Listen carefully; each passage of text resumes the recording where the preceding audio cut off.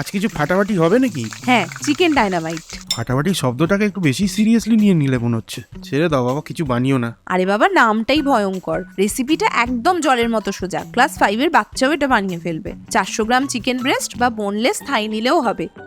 ছোট ছোট bite size পিসে কেটে নিয়েছি।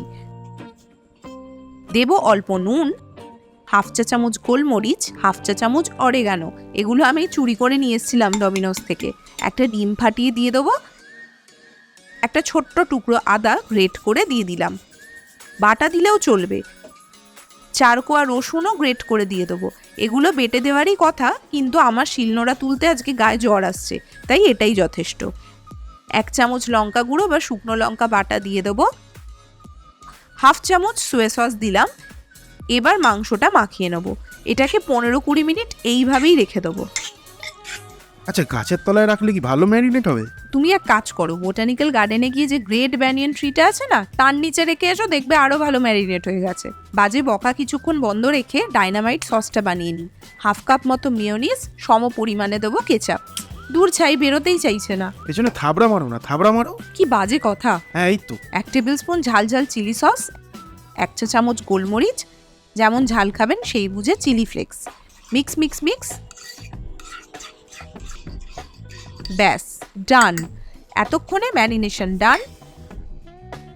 2 টেবিল স্পুন ময়দা আর 4 টেবিল স্পুন কর্নফ্লাওয়ার আমি এর মধ্যেই দিয়ে দিলাম। এবার হাত লাগিয়ে ভালো করে মেখে নেব। একটা বাঁধাকপি নিয়ে নিয়েছি, ওপরের কয়েকটা বাজে পাতা ফেলে দিচ্ছি, আর ভেতর থেকে 3-4টে টাটকা পাতা আমি বার করে নিচ্ছি। 10 সেকেন্ড ফুটন্ত জলে আমি ব্লাঞ্চ করে নেব। আমি লেটাস পাতা পাইনি, তাই বাঁধাকপি দিয়ে এইভাবে কাজ চালাচ্ছি।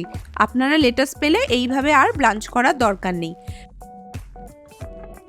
প্যানে গরম করছি তেল, এটা কিন্তু সাদা তেল। একটা করে চিকেনের টুকরো ছেড়ে দিচ্ছি। তেলটা গরম হয়ে গেলে কিন্তু আঁচটা মিডিয়াম করে নেবেন, না হলে কিন্তু বেশি আছে চিকেন ভেতর পর্যন্ত ভালো করে ভাজা হবে না। 1 পিঠ হয়ে গেলেই উল্টে দিলাম।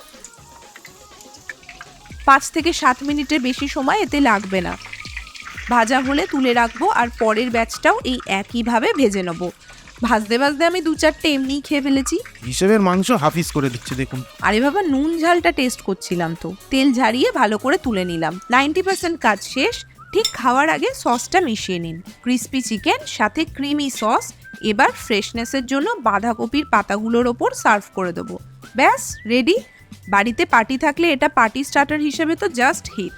ওপর থেকে ধনেপাতা বা পেঁয়াজ পাতা ছড়িয়ে সার্ভ করে দিন। টাটা।